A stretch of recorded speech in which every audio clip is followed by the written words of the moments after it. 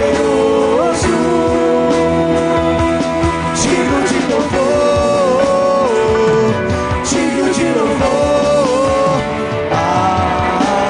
Amém. Seja encharcado agora, seja encharcado agora.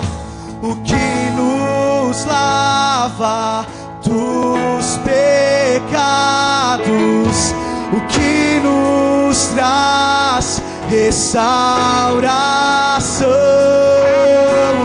Nada além do sangue, nada além do sangue de Jesus. O que nos faz, o que nos faz brancos como a neve, aceitos como amigos de Deus. Nada além do sangue, nada além do sangue de Jesus. Com teu sangue nessa noite, eu sou livre. Somos livres, Pai. Nada além do sangue, nada além do sangue de Jesus, Jesus, Jesus. Alvo mais. Obrigado, Pai.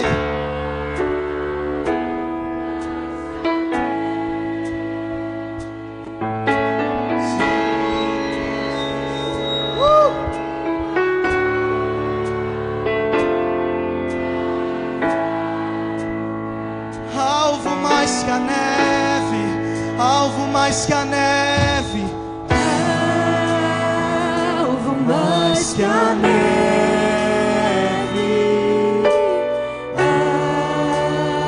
alvo mais que a neve. Se neste sangue lavado, mais alvo que a neve serei.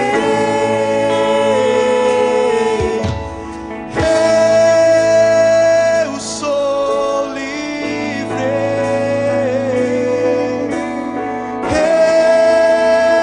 eu sou livre. Nada além do sangue, nada além do sangue. Nós somos livres em Ti, Pai. Nós somos livres em Ti. Somos livres. Eu sou livre.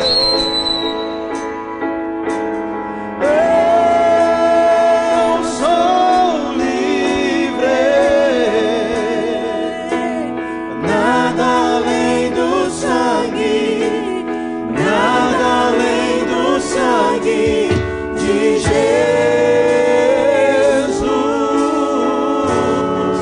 Mais uma vez, bem forte, você diz: eu sou livre. Eu sou livre. Eu sou livre. Nada além do sangue, nada além do sangue de Jesus. O que nos faz? O que nos faz?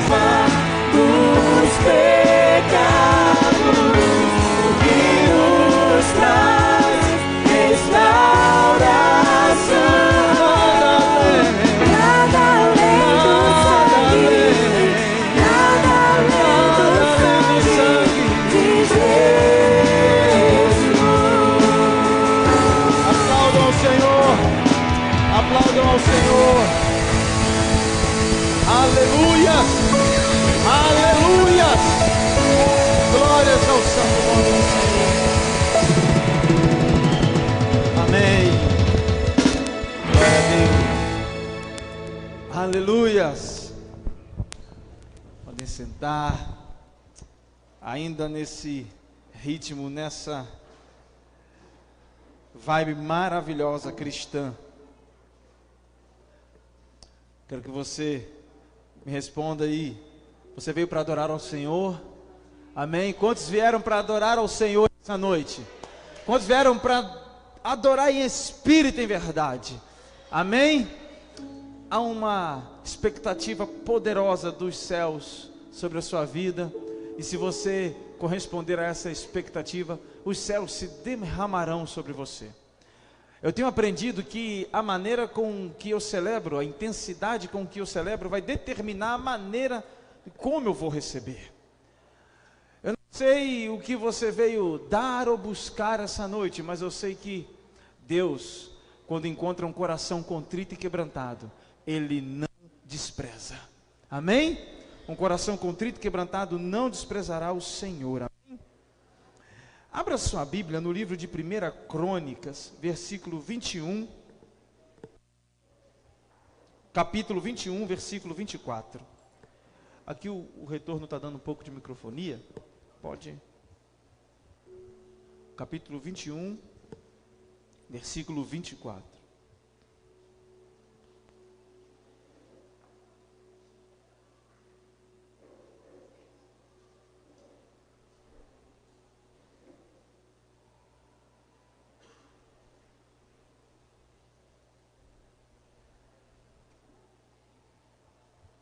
Amém? 1 Crônicas.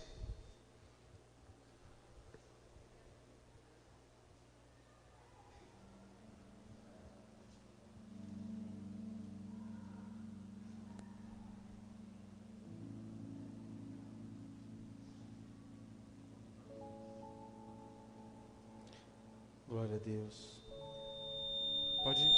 Pode regular, eu espero um pouquinho.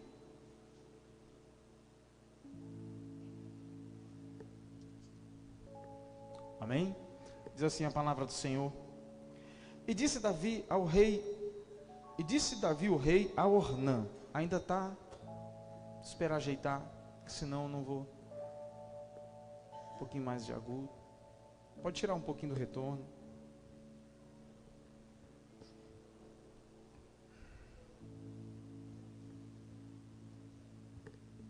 Amém?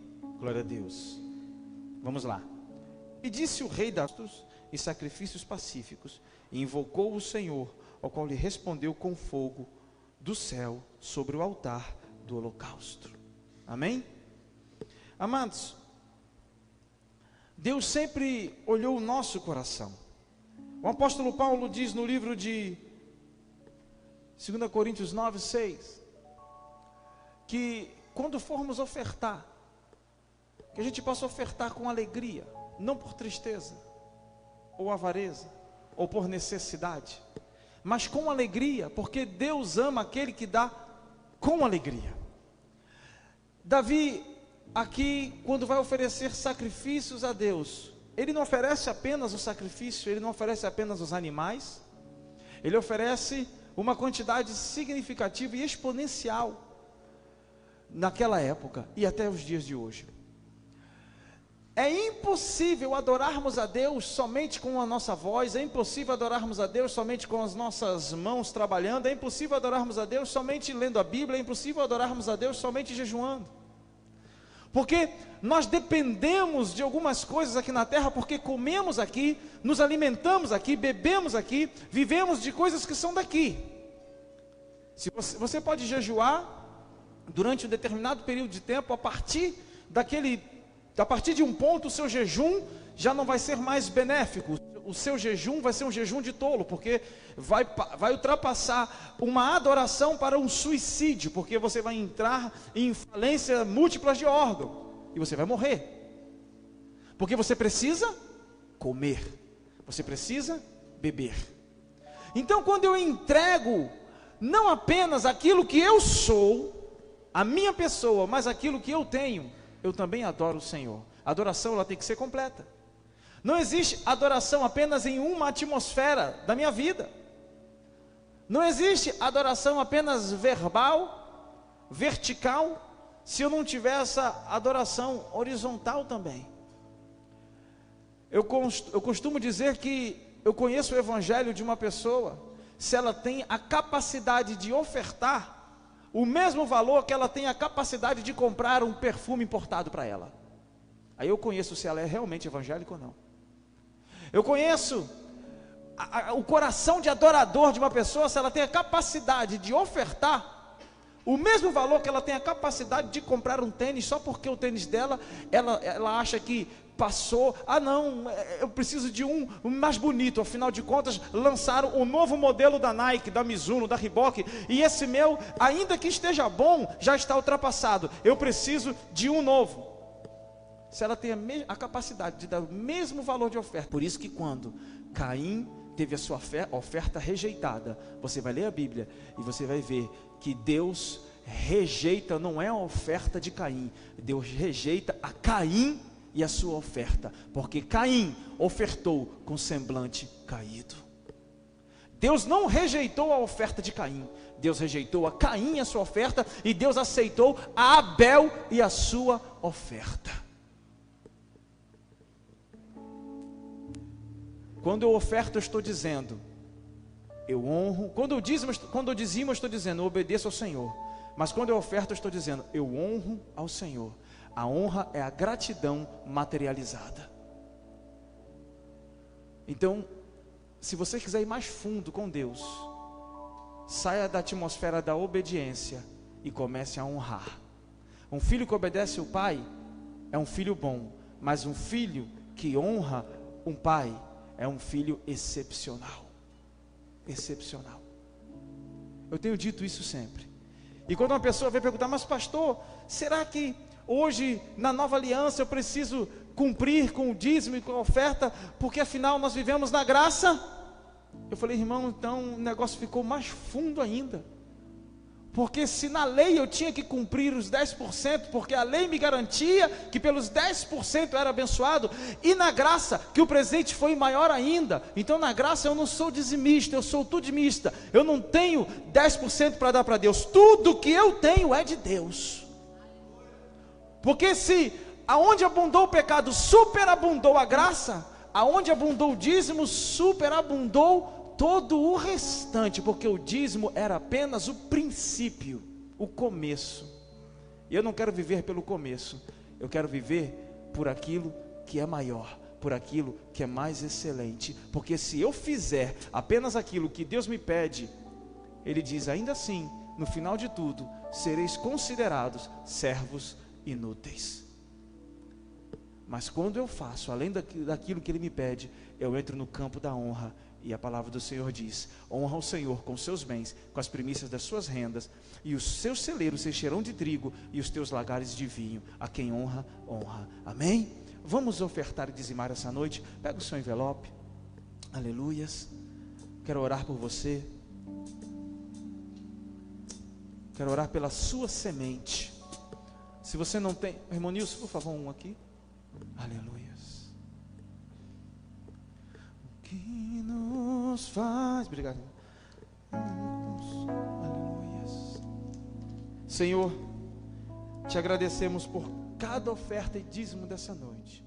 Louvamos o teu santo nome, ó Pai. Senhor, abra sua Bíblia no livro de Neemias, capítulo 3. Vamos terminar hoje. Vamos terminar hoje o assunto sobre restauração. Neemias 3, sobre as portas. Hoje de manhã, foi poderoso o que Deus fez aqui hoje pela manhã. 3:25. Amém? Até o versículo 31. Depois a gente vai para Neemias capítulo 8. Amém? Acharam? 3:25 diz assim. Todos acharam? Amém? Diz assim. Palau, filho de Uzai, reparou de frente da esquina a porta da torre, que sai da casa real superior, que está junto ao pátio da prisão. Depois dele, Pedaías, filho de Parós, e os servidores do templo que habitavam em Ofel. até de frente à porta das águas para o oriente e até a torre alta. Depois repararam os tecoitas outra porção de frente da porta da torre, grande e alta, até um muro de Ofel. Desde acima da porta dos cavalos, repararam também os sacerdotes, cada um de frente da sua casa. Depois deles reparou Zadok, filho de Imer, de frente à sua casa. Depois dele reparou Semaías, filho de Sacanias, guarda da porta oriental. Depois dele reparou Hananias, filho de Selemias, e Hanum, filho de Zalaf, o sexto. Outra porção, depois dele reparou Mesulão, filho de Berequias, de frente à porta da sua câmara. Depois dele reparou Malquias, filho do Ourives, até a casa dos servidores do templo e mercadores de frente da porta de Mificade, e até a câmara do canto. Entre a câmara do canto, a porta das ovelhas, repararam os ourives e mercadores. Agora abra no livro de Neemias, mesmo, o capítulo, já está aberto no livro de Neemias, o capítulo 8. Mesmo livro, no capítulo 8, no versículo 16, por favor.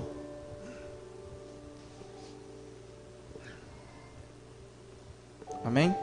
8,16.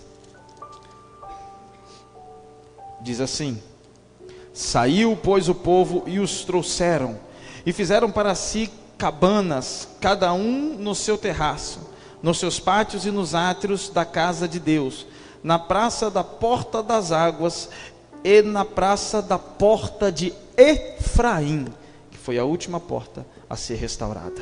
Amém? Glória a Deus. Amados, é o quinto domingo que nós temos falado sobre restauração. Restauração é um assunto e diz assim: aí, como é que está o seu relacionamento? E ele diz: não, está tudo bem, pastor, lá em casa está umas 1000 maravilhas. Aí você vai falar com a menina, com a esposa, com a noiva, ela diz: tá, não, o negócio está feio, a gente precisa consertar muita coisa. E mulher, ela é disposta a isso. O homem é descansado, quer levar as coisas com a barriga muitas das vezes.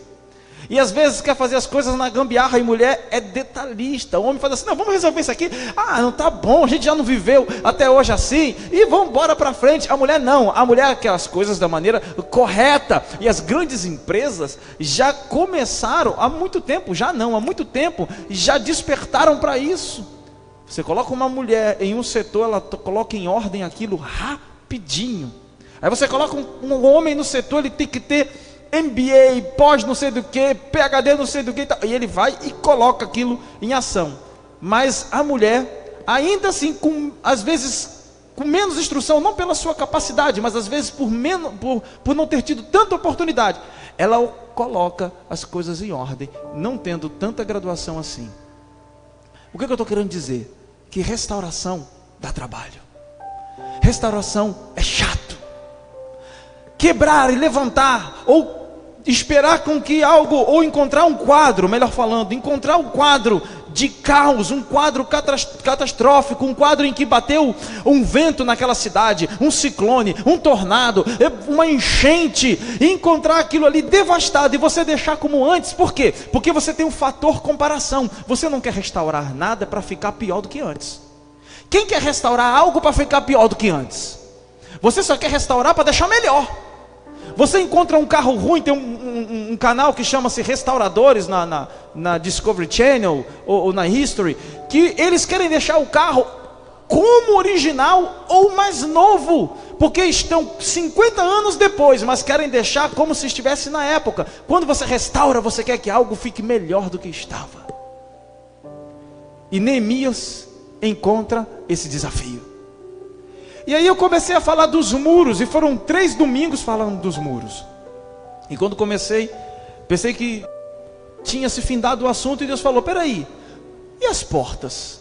Aí eu comecei a pesquisar as portas, sabe por quê? Porque muros são lugares de contenção. Muros são lugares por onde o exército inimigo poderia entrar. Uma vez que os muros fossem estabelecidos, firmados, levantados, uma vez que os muros estivessem totalmente restaurados, o exército inimigo não entraria com tudo. mas de um por um poderia se entrar pelas portas. Portas são lugares de entrada e saída de pequenas coisas. E são pequenas coisas que também fazem mal às nossas vidas. No livro de Cântico dos Cânticos, quando Salomão diz para orar estas portas na nossa vida, não adianta levantar muros de proteção se as portas estão queimadas a fogo ainda, derrubadas. São pequenas coisas. Você já viu que existem grandes amizades que foram desfeitas por pequenas coisas, por bobeira? Você vai olhar atrás e você vai ver, meu Deus, que bobeira. Olha onde começou isso. Foi uma criancice, uma meninice. Foi eu não concordo. Não é assim, me olhou estranho. Sei não, bem que eu suspeitava que ela estava falando mal de mim. E aí acabou uma amizade, acabou um relacionamento. Por quê? Por coisa pouca. Irmão, gente ferida, gente que não é curada, que não cresceu ainda, por qualquer coisa, por qualquer coisinha, já não fala mais com ninguém, já não vem mais para a igreja, já não quer mais saber de Deus, já não quer mais comunhão. Eu vou viver a minha comunhão com Deus no isolamento. O isolamento precede a ruína. Aquele que se isola, se insurge contra a verdadeira sabedoria, diz a palavra do Senhor. E a sétima porta, no caso aqui, né, que já estudamos 6 portas semana passada, em que Neemias restaurou, foi a porta do cárcere. Aqui fala do átrio, da porta que ficava no átrio do pátio. Era a porta da banda do Oriente que dava para a torre. Era a porta da torre, porta do cárcere, livre das prisões livres das prisões ou porta do cárcere. Por quê? Porque essa porta do cárcere, ela ficava na torre em que ficavam os presos. Então, existem prisões na nossa vida que tem que serem mandadas embora. Prisões, tudo aquilo que me domina é uma prisão. Tudo aquilo que me escraviza é uma prisão. Se eu sou preguiçoso, a preguiça é uma prisão na minha vida. Eu tenho que restaurar a vontade de ter força para fazer algo para Deus, de ter força para fazer algo ao meu redor, ao meu próximo, aqueles que estão à minha volta. Quando ele foi restaurar a porta do cárcere fala de prisões interiores. Coisas, às vezes, que são bobas, mas nos dominam. Nós nunca temos tempo para nada. Na verdade, nós temos tempo para tudo. Nós só não temos tempo para as coisas de Deus. Porque a gente pensa tanto na gente, que Deus vai ficando em segundo. Se ficar em segundo plano, Ele até perdoa, porque Ele é perdoador, né? Mas às vezes Ele fica em terceiro, quarto, quinto, sexto, sétimo, oitavo, nono, 10º plano. Como ontem foi testemunhado. O pastor testemunhando, não, eu pensava em trabalho, e depois em trabalho, e depois em trabalho, e depois do trabalho eu pensava em trabalhar. Eu não tinha tempo para os meus filhos, eu não tinha tempo para minha esposa, eu não tinha tempo para minha família. O meu negócio era trabalho. Quantas vezes você adultera, você que é casado? E pastor, não sou adúltero não tenho outra mulher não. Você tem, pode ser o trabalho. Existem várias esposas que não são de carne.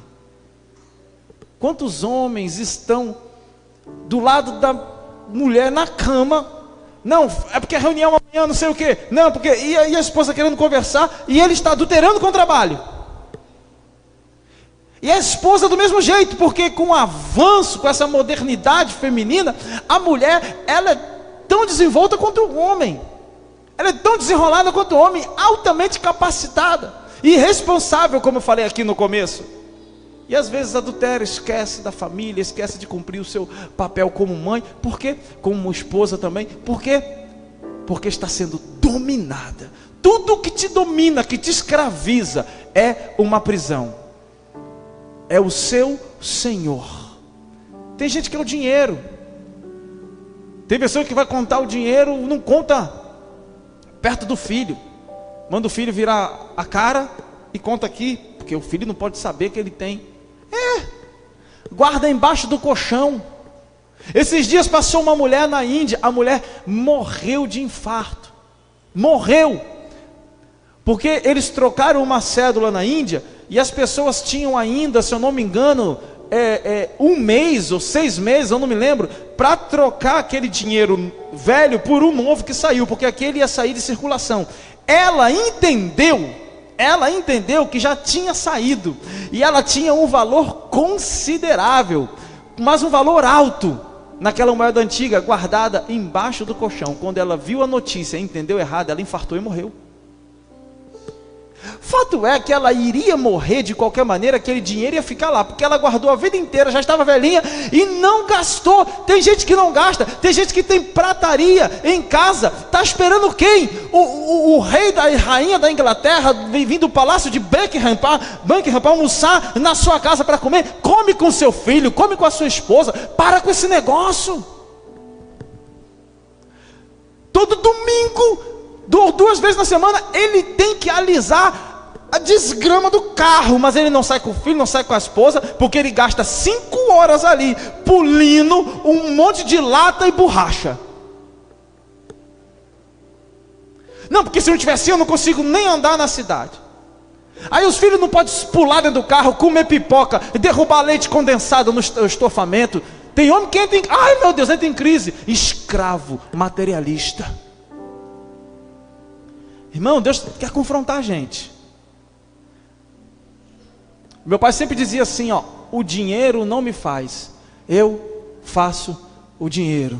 Vamos pular, vamos nos alegrar, botava o carro na lama, a gente ia para a praia. Naquele tempo podia, né, encher o porta-mala de criança, era 2, 3 primos no porta-mala, mais uns 8, 7, a gente ia de 9 para a praia, com boia, com um monte de coisa dentro do carro, chupando picolé, gritando, comendo aquela farofada, galinha, ovo na praia, era aquele negócio, lá no Rio de Janeiro. E agora você não tem praia, mas você tem picolé pardal na área aí, né? Já chegou. Amém?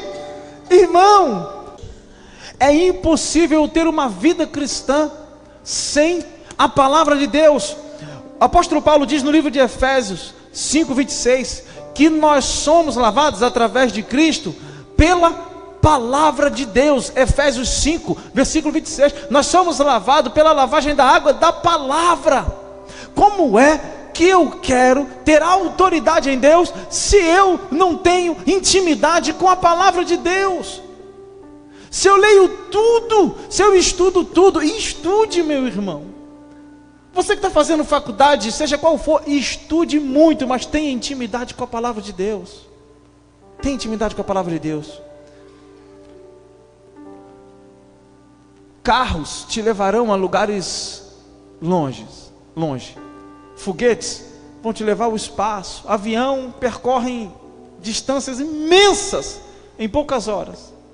Mas a palavra de Deus te leva ao lugar aonde nenhum desses veículos pode te levar. Ela te leva ao coração de Deus. É a palavra de Deus. Pastor, eu leio, não entendo nada. Continua lendo sem entender e vai orando, pede o Espírito Santo, ele vai te revelando. Ele vai conversando. Pastor, mas é assim, tem também o contexto histórico, hermenêutico, geográfico, homilético e por aí. Irmãos, deixa isso para depois. Comece a ler, pega João, pega Mateus, pega Marcos, pega Lucas. Leia as cartas de Paulo como se fossem cartas a você. Esquece capítulo, esquece versículo. Pega do capítulo 1 até o último capítulo de 1 Coríntios e começa a ler como se fosse uma carta, porque é uma carta só, na verdade, foi dividido depois. Mas leia esquecendo de todos os capítulos, leia para você, mas leia porque a gente fica 2 horas na fila do consultório do dentista, lendo a situação política brasileira. Não vai entrar presidente, vai sair presidente, vai entrar. Irmãos, a sua vida está na mão de Deus. Esquece, a sua vida está na mão de Deus. Pode estabelecer a crise que for no Brasil. Em tempos de crise os retos se fartarão. Nós não entramos em crise, nós estamos em Cristo. A nossa crise é para o crescimento espiritual. A crise do ímpio é para o suicídio, porque o ímpio não vê solução. Mas quando eu pego a palavra e quando eu começo a ler aqui que os leões e os seus filhinhos têm fome, mas aqueles que confiam no Senhor não terão necessidade. Aqueles que confiam no Senhor, eles serão como o monte de Sião. Aqueles que confiam no Senhor subirão com asas como águia. Como que eu posso entrar em crise sabendo que se eu confiar, pina de tudo que é lado? Aí quando você começa a se alegrar com alguém, você vê que aquele também recebeu propina. Aonde está a sua esperança? Você começa a viver desesperançado. E aí você começa a entrar no nível de desespero. Mas quando eu abro a palavra, diz: aquieta a minha alma, porque te turbas dentro de mim. Confia em Deus somente. Por isso que o salmista diz: muitos fazem menção de carros e cavalos, mas nós fazemos menção do nome do Senhor. Mas leia a palavra. Nós estamos começando a escola de crescimento Shema. Eu creio que nos próximos 15 dias, que vai ser antes do culto da manhã, e a gente vai estar falando aqui domingo que vem sobre isso. Uma oportunidade de você crescer na palavra de Deus. Domingo de 8h30 às 9h30 da manhã. Pastor, é cedo. Irmão, eu não nasci crente. Eu pulava carnaval até as canelas da cãibra. Até as canelas da cãibra mesmo. Por que dava cãibra? Porque eu ficava os 4 dias sem comer, só no Gatorade. Porque eu não podia perder tempo comendo com trio elétrico lá fora na rua. E era 4 dias virado, pulando. Se eu fazia bem pior, se eu acordava, se eu não dormia para Satanás, o que eu não vou fazer para Deus? O que eu não vou fazer para Deus? Começa a priorizar as coisas de Deus. Porque se for, deixa eu dar uma cajadada santa aqui.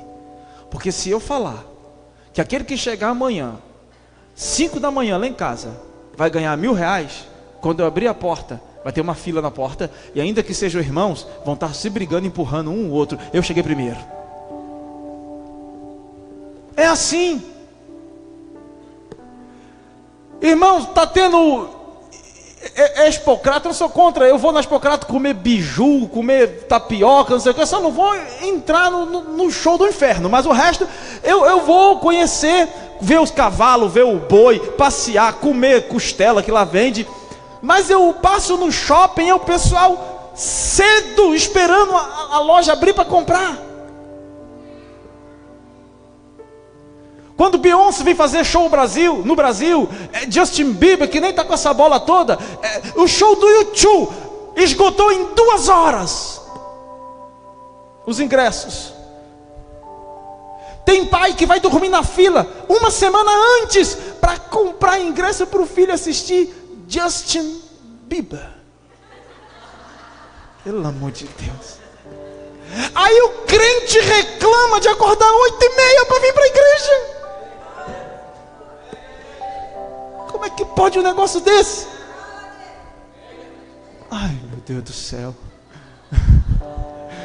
Meu irmão, uma geração de adoradores é uma geração que levanta disposta. É uma geração que se olha no espelho e diz assim: eu ralei na semana, mas eu dou a minha primícia ao Senhor. É aqui, eu sei para onde eu vou. O meu coração não está mais aqui, o meu coração está na eternidade. Aleluias, aleluias, aleluias. A 8ª porta, que foi restaurada no versículo 28 do capítulo 3 de Neemias, chama-se a porta dos cavalos. Eu costumo dizer que você não pode aceitar cargas sobre a sua vida. O único peso que você tem que aceitar é o peso da glória de Deus. Cavalo fala de carga, fala de peso, mas fala de um peso que se aguenta. Então quando você começa a ver uma pessoa que começa a dizer: está muito pesado o fardo, está difícil andar, então ele não tem relacionamento íntimo com Cristo como deveria ter. Porque Jesus diz: vinde a mim todos os que estão cansados e sobrecarregados, e eu vos aprendei de mim, que sou manso e humilde de coração, e encontrareis descanso. Não é que diz que encontra cansaço. Como é que cansa de uma vida com Deus? se Ele refrigera a tua alma, se Ele é o pastor que não te falta e faz você andar em pastos verdejantes, se no vale da sombra da morte Ele está contigo e a vara e o cajado dele te consola. Como que se cansa de um Deus que faz o seu cálice transbordar? Sabe o que é cálice transborda? No Salmo 23, quando diz meu cálice transborda, o mestre de cerimônia ficava na festa só olhando para as pessoas que estavam com o cálice de vinho na mão. O vinho era símbolo de alegria, porque era a alegria que eles tinham naquela época. Não era bebida inebriante ou bebida forte, né? Então Jesus ainda não havia se revelado no esplendor da sua glória. Então eles precisavam festejar, se alegrar e encher a pança, a cabeça e a cara de vinho mesmo. E aí o mestre de cerimônia olhava, quando ele via que o cálice de vinho estava pela metade, ele corria para encher. Não podia ninguém ficar com o cálice pela metade. Cálice pela metade, a festa estava, o vinho estava acabando, a festa estava falindo. É por isso que nas bodas de Caná da Galileia houve aquele reboliço. E agora? O vinho acabou. Como é que vai ser? Como é que vai ficar? Os noivos vão ficar envergonhados. Aí Jesus transforma a água em vinho. Sabe o que é o cálice transbordar? É sua alegria ser sempre visível. Você tem que andar transbordante da glória de Deus. Restaurar a porta dos cavalos fala de você parar de ter esse pensamento de uma vida em Cristo Jesus com peso. O evangelho não é difícil, difícil é a gente. A pastora Denise sempre fala isso. O evangelho não é difícil, difícil somos nós. Um animal sempre presente, o cavalo. O cavalo sempre chegou com um homem junto nas conquistas. Em toda batalha ele fazia uma diferença. O cavalo fala de força, vigor e nobreza. Há uma corrida mais nobre, há uma corrida mais excelente para você. Há uma corrida em que Deus vai te dar força de cavalo, vai te dar velocidade de cavalo. O apóstolo Paulo diz: eu não me glorio fora da minha medida, eu sei aonde eu vou, e se eu tenho que me gloriar em Deus, eu me glorio nisso. Deus diz para Jeremias: Jeremias, você está cansado, Jeremias? Se você cansa correndo com os homens, como é que você vai correr com os cavalos? Se em terra de paz te sentes afadigado, como atravessará a guerra e a enchente do Jordão? O que Deus está falando para Jeremias é: Jeremias, preste atenção. Se você está pensando que o que eu tenho para você se resume nisso, isso é só preparação para algo mais excelente que eu tenho para você. Se você está sofrendo agora, você não está sofrendo, você está passando por um processo chamado maturidade. É a escola profética de Deus. Não existe um profeta de Deus que cresceu na boa. Todo profeta de Deus cresce, vai para a escola do deserto primeiro, mas depois ele manifesta a glória, meu irmão. Não houve ninguém na Bíblia que falou de amor como João, mas foi o único que ficou aos pés da cruz, olhando Jesus Cristo morrer em sua dor. Você quer uma visão do amor de Deus? Primeiro você tem que passar pela dor, porque, meu irmão, se você passar pela dor amando a Deus, quando você for manifestar o amor, não vai ter ninguém que vá parar na sua frente, eles não vão resistir. Se a gente se cansa correndo com os homens, uma corrida terrena, como é que a gente vai correr com os cavalos, que é a corrida mais excelente? Deus diz: eu tenho uma corrida mais excelente para você, Jeremias. Jeremias, levanta sua cabeça e bola para frente. Olha para o seu irmão e diz assim: você está cansado? Diz aí para ele: você está cansado? Meu irmão, aí fala para ele: o Red Bull espiritual vai vir sobre a sua vida. Você vai correr com os cavalos. Deus vai te dar asas para voar.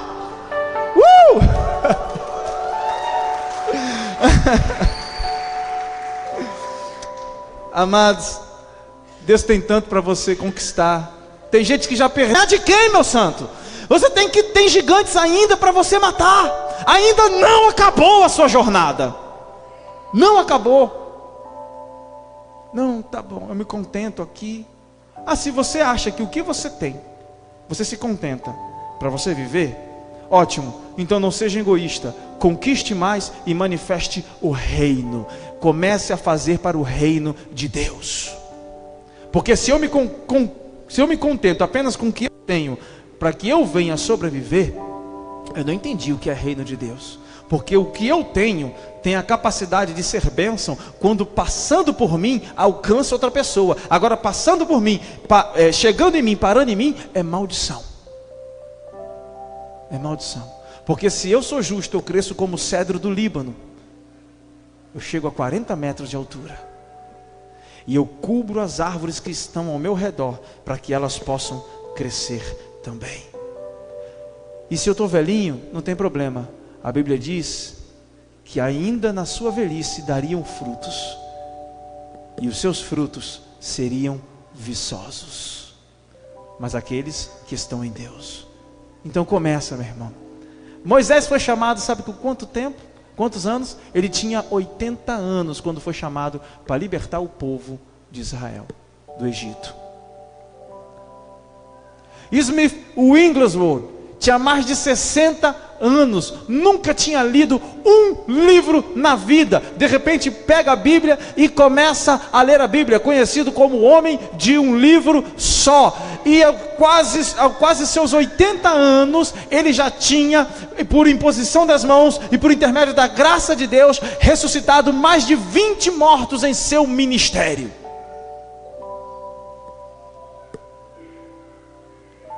Foi um homem poderosamente chamado por Deus, tinha de 60 a 65 anos. Não, porque eu não comecei cedo, porque eu não nasci crente, porque eu agora que eu concluí o meu 2º grau. Não, conquista. Amém? Deus é com você, meu irmão. Deus é com você. A porta de número 10 é chamada a porta do regresso, ou a porta oriental.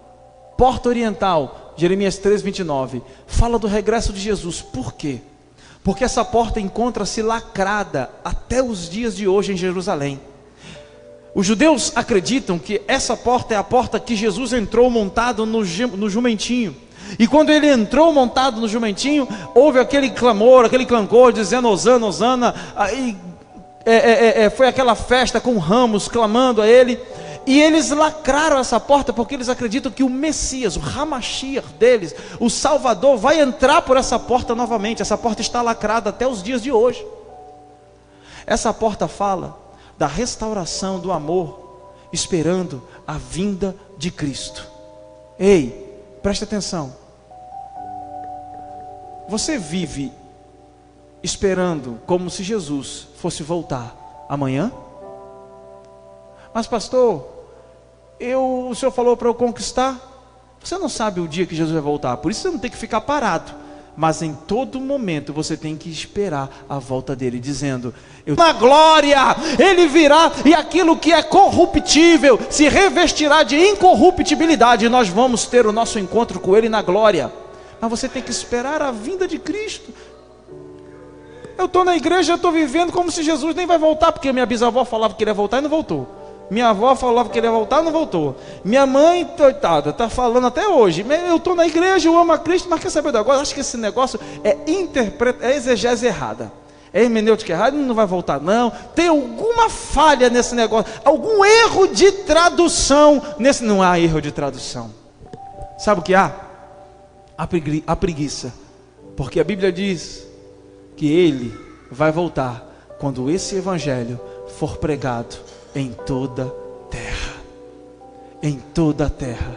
Quando tiverem missionários em todos os cantos da terra, e não uma cidade faltando onde o evangelho foi anunciado, ele vai voltar.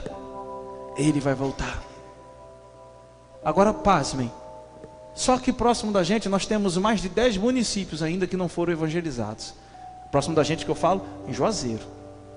E tem um pastor chamado Pastor Ivan, lá do Gavião, que está fazendo esse trabalho, em alcançar povos não alcançados, aqui ao redor de 20 km² em nossa volta.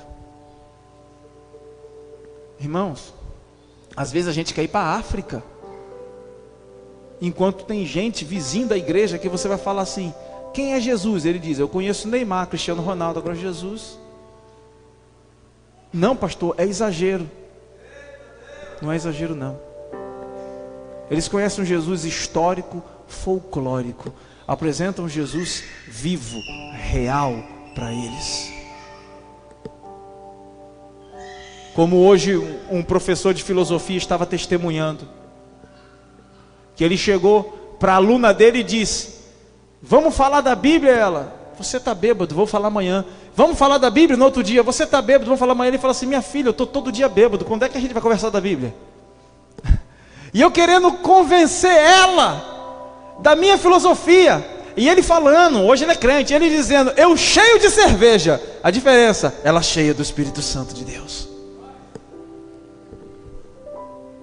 Amados, é preciso esperar a volta de Cristo.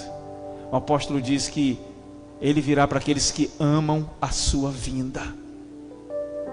Aqueles que amam a sua vida. Nós corremos para tantas coisas e não corremos para as coisas que são de Deus. Nós nos direcionamos para tantas coisas e deixamos as coisas de Deus de lado. Como, Ele espera, afinal de contas Ele é eterno. Eu tenho só essa vida para ser homem, Ele tem a eternidade para ser Deus. Então, não é assim que funciona. Você também é eterno. A sua vida não tem fim. Esquece essa mente de novela de TV Globo. Porque no fim da minha vida... Que fim da sua vida? Quem falou que a sua vida vai ter fim? Quem crê que a vida vai ter fim, não crê na palavra, porque a palavra diz que você é eterno. E quem é eterno não tem fim. Você vai dormir aqui, acordar na glória, de frente com o sol da justiça, dizendo: vinde, amado do meu Pai, entrai para o gozo eterno. Tua vida não tem fim, não tem próximo capítulo. Quem tem fim é a novela das 8, irmão. Para com isso. Não. Fim da vida. Agora, onde você vai passar a eternidade? Aí aqui é outra história. A 11ª porta, penúltima, fala da porta da atribuição, a porta da comissão divina. 3:30. Essa porta no hebraico é chamada porta de Mikpahad. Mikpahad fala de grande comissão, fala de uma tropa. Era uma porta onde as tropas pegavam e ficavam em posição de receber a instrução do seu superior. Quando eles estavam instruídos, eles corriam até a porta dos cavalos, onde ficava também os cavalos para a guerra, montavam em seus cavalos e saíam para a guerra. Essa porta é chamada porta da comissão e a porta da instrução. Quem é a grande comissão que vai transformar a terra hoje? São os filhos de Deus. A Bíblia não diz que a natureza geme esperando a manifestação dos crentes, mas a manifestação dos filhos de Deus. Tem que ser restaurada essa identidade de que, como igreja, eu tenho a responsabilidade do lugar aonde eu moro. Eu faço parte da grande comissão. Hoje temos um povo evangélico que vive jogando a responsabilidade para o outro. Não, o pastor, ele é pastor, então vamos lá, joga. Não, você trouxe alguém para Cristo, essa pessoa aceitou a Jesus, meu irmão, parabéns, você é um papai espiritual, dê leite, cuide dele, dê Danone espiritual para ele, dê mingauzinho espiritual para ele. É ovelha que reproduz ovelha. Mas a gente vai jogando a responsabilidade, não, é o líder de célula, não, porque eu já trabalho muito, não, é porque eu estou muito cansado, não, porque eu estou estressado, não, porque eu estudo demais, não, porque... E aí vai jogando a responsabilidade para todo mundo e esquece que ele também faz parte da grande comissão. Ele vai se execrando, não, deixa os outros. Para mim não é, então larga Jesus, larga a palavra, esquece de tudo, você está no lugar errado. Porque se você crê em Cristo, é indo e fazendo discípulos, é falando, é amando, é abraçando, é ajudando, é dando a mão, é levantando, é tirando do fundo do poço, é discipulando. E não precisa ser pastor, não precisa ser líder de célula, não precisa ser líder de grupo de crescimento, não precisa ser líder de escola de instrução, não precisa ser líder de louvor. Isso é para todo mundo. para todo mundo. Mas nós queremos fazer parte de uma grande comissão, mas ficarmos oculto. Não tem como. É preciso restaurar a chama, meu irmão. Deixa eu falar algo para você. Nossa cidade, Juazeiro, acho que tem 11% a 12% de evangélicos. São mais de 250 mil habitantes. Estou falando por voto. Tirando isso, é isso, Júnior. Cadê o Júnior? Da política, são quantos mil habitantes nós temos em Juazeiro hoje? Isso. Eleitores. 130. Pelo menos 20 quilômetros à nossa volta tem alguém pensando em tirar a própria vida. Mas nós queremos comer pizza depois do culto. Queremos viver, ter um dia de descanso, porque afinal de contas nós trabalhamos demais. Enquanto tem crianças sendo estupradas, incesto. Quando tem crianças sendo massacradas pelo seu pai, ou entra dentro de casa e encontra o seu pai fumando crack, vendendo tudo dentro de casa e dando surra na mãe. O Evangelho veio para restaurar vidas, transformar vidas. Mas se eu não fizer a diferença, se eu não for a resposta de Deus para a minha cidade, o que eu estou fazendo aqui? Eu estou vindo para a igreja, escutar louvor, ouvir uma palavra e voltar para casa gordo espiritual? Não seja uma represa, seja um rio, meu irmão. Você não sabe o que uma visita pode fazer. Esse professor que se converteu de filosofia, a menina só olhou para ele. Ela estava cheia do Espírito, tinha acabado de buscar a Deus, ela só olhou. Ele falou, ela não pregou para mim, ela olhou para mim e riu, mas foi tão diferente que eu comecei a ficar incomodado. Quem é essa mulher? É aluna de biologia. E por que ela não está nas baladas conosco? Porque ela é crente. Ela falou, então ela é doida, porque é impossível uma pessoa ser dessa área dentro da universidade e ainda crer nesse folclore da Bíblia. Eu já estudei a Bíblia, isso é um folclore. Deus pegou ele bonito. Irmãos, você pode fazer diferença. O seu professor na universidade pode ter todas as graduações, todos os títulos, mas ciência do Espírito, levanta e começa a falar do amor de Deus, porque ele está só fugindo. Ele busca nesse conhecimento exacerbado a fuga das suas decepções e dos traumas do passado. Você vai olhar, a maioria dos ateus tiveram alguém na família que cria muito em Deus e morreu de alguma enfermidade ou se decepcionou com Deus, e aí ele diz o seguinte: Deus não existe, porque se Deus existisse curava minha irmã, se Deus existisse curava minha mãe do câncer. Deus não existe. Olha na raiz, manifesta o amor na vida dele, e você vai ver que você é a resposta de Deus para a transformação daquela vida. É preciso entrar na porta da grande comissão e restaurar. A igreja tem que restaurar a grande comissão. E finalizando, a porta de Efraim. A porta de Efraim chama-se porta dos frutos ou da porção dobrada, a última porta. É a porta dos primogênitos. Quando Jacó abençoou, ele abençoou Efraim como primogênito, porque a bênção sempre vinha sobre os primogênitos. E no livro de Hebreus diz que nós, a igreja eleita, santa do Deus vivo, é a assembleia dos primogênitos. Presta atenção, eu não sei de onde você veio, o que tem acontecido com a sua vida, de muitos aqui eu não sei, mas eu sei que aonde abundou o pecado, superabunda a glória de Deus. Haverá porção dobrada sobre a sua vida. Haverá bênção de Efraim sobre você. Haverá bênção de frutos dobrados sobre a sua vida. Então levanta a sua cabeça e para de dizer que é para o seu irmão. Ah, porque fulano consegue. Ah, porque fulano tem intimidade com Deus. É porque fulano jejua mais do que eu. É porque fulano ora mais do que eu. É porque é inteligente. É porque ele tem melhor relacionamento com a liderança da igreja. Não é, meu irmão, é apenas uma atitude de crer e buscar a Deus com o coração sincero diante dele. É só isso. 10 minutos de um coração sincero diante de Deus equivale, é melhor, vale mais para Deus do que 1 hora de hipocrisia, dizendo: Deus, o Senhor é santo, eu gosto tanto do Senhor, o Senhor é maravilhoso, ó Pai eterno, ó Pai celeste. 1 hora falando verborragias para Deus.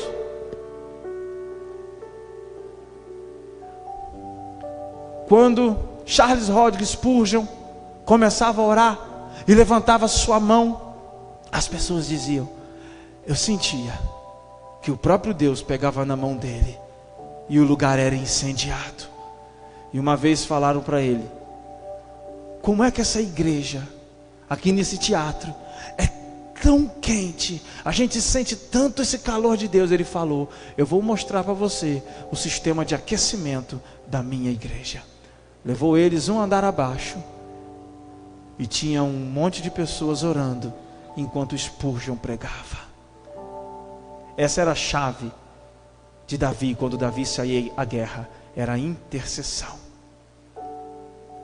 Irmão, se nós começarmos a orar, você vai começar a ver, você vai começar a se derramar, se diluir em Deus.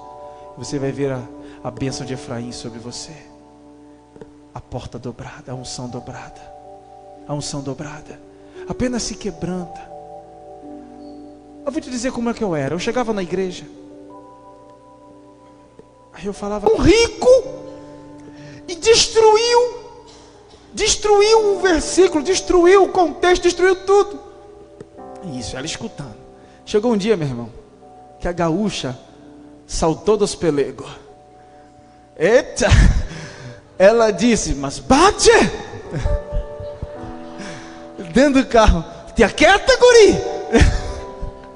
Aí ela disse assim: sabe quando Deus vai te exaltar e você vai ter oportunidade de pregar? Quando você parar de ser orgulhoso e começar a crer naquilo que os outros falam, e começar a parar de colocar defeito na pregação de todo mundo que sobe lá em cima. Aí eu fiz assim: hã? E mano, assim, como é? Ninguém sabia pregar. Todo mundo tinha problema. Todo mundo falava, tinha uma exegese errada, uma hermenêutica errada, todo mundo. Mas Deus nunca me usava, Deus não me chamava para nada. Quando alguém me chamava para pregar, entrava uma irmãzinha. Agora nós vamos chamar a irmãzinha Clementina, e ela vai fazer um hino especial. A irmãzinha chegava e eu doido para pregar. Era minha vez de pregar. A irmãzinha chegava a pregar e a irmãzinha começava: irmãos, eu ia até cantar, mas mistério. Eu falei: meu Deus, acabou comigo agora. Eis que Deus fala nessa noite. Pá, pá, pá, pá, pá, pá, pá, pá, pá. Dava 5 minutos e ela não acabava de falar. 6 minutos ela acabava de falar. Eu falei: eu quero pregar. 7 minutos acabava de falar. E eu ficava triste, irmão. Aí eu subia para pregar.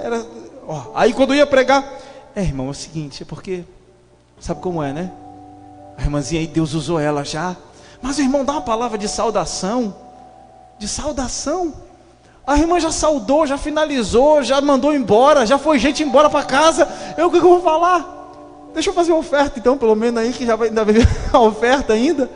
Irmão, Deus não me usava. Ia cantar, esqueci o CD em casa. Abri aquele negócio. Cadê o playback? Ai meu Deus do céu, vou ter que cantar no violão. E pegava o violão. Naquela época, Naldinho, daqueles receiver ainda. Não saía o som, não saía bonito nem.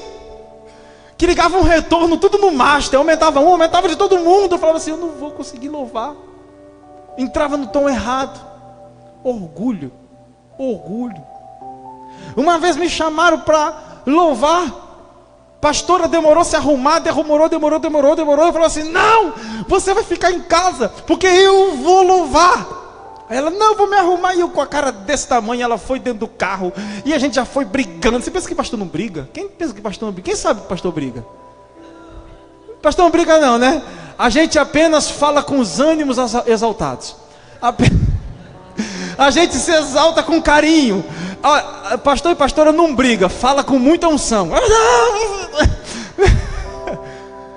E a gente, sabe? Aí eu falei assim: olha, você está atrapalhando. Eu vou chegar na igreja sem unção. Desce e fica aqui. vai depois. A cidade pequenininha, você vai depois. E ela desceu do carro, você lembra? Ela desceu do carro e eu fui. Olha aí, olha, irmão, eu fui. Você, minha esposa, cheguei na igreja, eu vim louvar. Bonito para mim, né? Deixei a esposa no meio do caminho da igreja. Hoje é noite de lavar roupa suja. Vocês me perdoam, né? Isso já faz o quê? 16 anos, né? 16 anos. Depois de lá para cá, não deixei só umas 2 vezes. Acho. Mas vamos lá, vamos lá. Oh Deus, restaura Efraim na minha vida. Aí, amados, cheguei na igreja, peguei para cantar. Quem falou que eu conseguia cantar? Quando eu peguei o microfone para cantar, quem entra na igreja? Pastora Denise, pisando em brasa. Mas não era santa não, era de um... Era... Eu olhei, era a banda Gerd. A unção de Deus está sobre mim. Eu traumatizei que eu nunca cantei essa música mais em nenhum lugar. Pedi um perdão. Irmão, a gente tem que entender que a gente comete muitos erros. Mas se você tem um coração contrito e quebrantado, se o ser humano que guarda mágoas é capaz de perdoar, e Deus, haverá porção dobrada sobre a sua vida. Haverá a bênção da primogenitura. Você faz parte da Assembleia dos Primogênitos de Deus. Restaure essas portas na sua vida. Restaure tudo isso. E você vai começar a ver a graça de Deus se manifestar sobre você. Aplauda o Senhor. Se coloque de pé. Se coloque de pé, por favor. Aleluia. Glória a Deus.